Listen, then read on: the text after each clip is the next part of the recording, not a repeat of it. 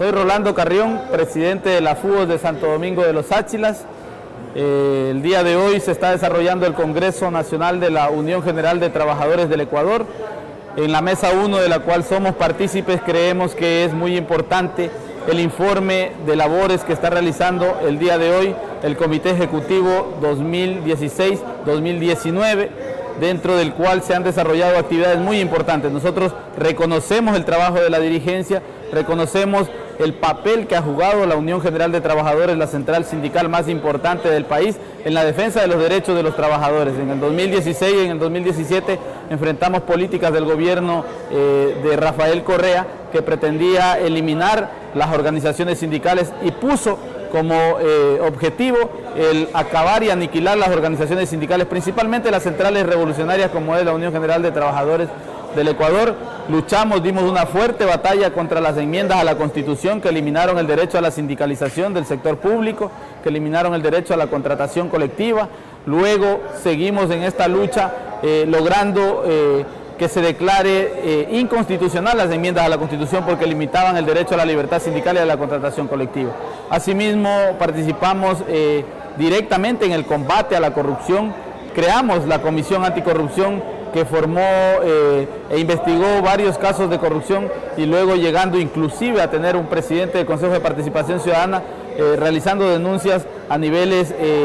que por primera vez en la historia se reconocieron en el país que existían tales actos de corrupción. Asimismo, luego seguimos en el combate a las políticas neoliberales del Fondo Monetario Internacional y del gobierno de Lenín Moreno que pretendía flexibilizar las relaciones laborales, planteando la dinamización de la jornada de trabajo, planteando en la práctica la reducción del salario de los trabajadores, tanto del sector público como del sector privado. Ese combate lo desarrollamos en el mes de octubre de manera más directa, en el gran paro nacional, donde junto al pueblo logramos que se derogue el decreto 883, que en la práctica elevaba el costo de los combustibles. Asimismo, nuestra participación directa en la propuesta para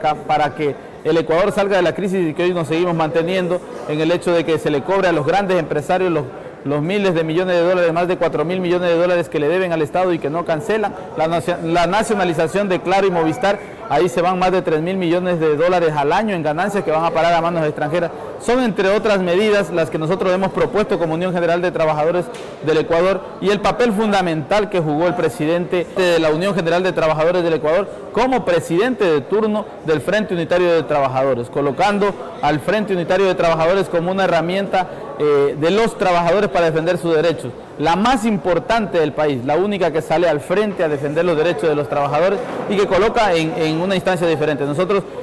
felicitamos a la dirigencia que actuó en este periodo porque creemos que jugó un papel muy importante. Hoy lo estamos debatiendo en esta mesa 1, cuáles fueron el accionamiento de nuestra central sindical y también dirigiendo el Frente Unitario de Trabajadores. Creemos que se jugó un papel importante, un papel fundamental en la defensa de los derechos de los trabajadores y que hoy el país, el Ecuador y el mundo entero sabe que existe el Frente Unitario de Trabajadores y que los trabajadores del Ecuador estamos organizados y luchamos por mejores días para nuestro país, no solo para nosotros, sino para todo el país. ¿Qué importancia tiene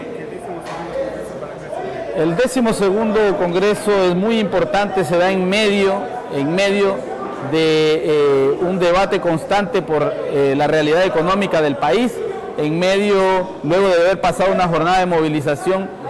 una de las más importantes que ha tenido en el Ecuador a nivel de su historia. En ese contexto se desarrolla este Congreso y que nosotros avisoramos que hay mejores días para la clase obrera. Se avecina un proceso diferente, que es un proceso electoral, ya no solo la lucha en las calles, debemos trasladar esa lucha que se desarrolló en las calles, esa lucha unitaria, a la lucha unitaria electoral, para que los trabajadores podamos tener representantes dentro del gobierno que permitan crear leyes en favor de la clase obrera, ya no solo de los empresarios como está actualmente conformada la Asamblea Nacional y el Gobierno Central. Una asamblea y un gobierno totalmente de los empresarios sin que los trabajadores tengamos representantes. Así es que un llamado a la unidad de los sectores populares, la clase obrera unificada, así como lo hicimos en octubre, a las elecciones para que podamos tener representantes que vayan a luchar por los derechos de los trabajadores y en beneficio de la clase obrera y los sectores populares de este país que tanto lo necesitan.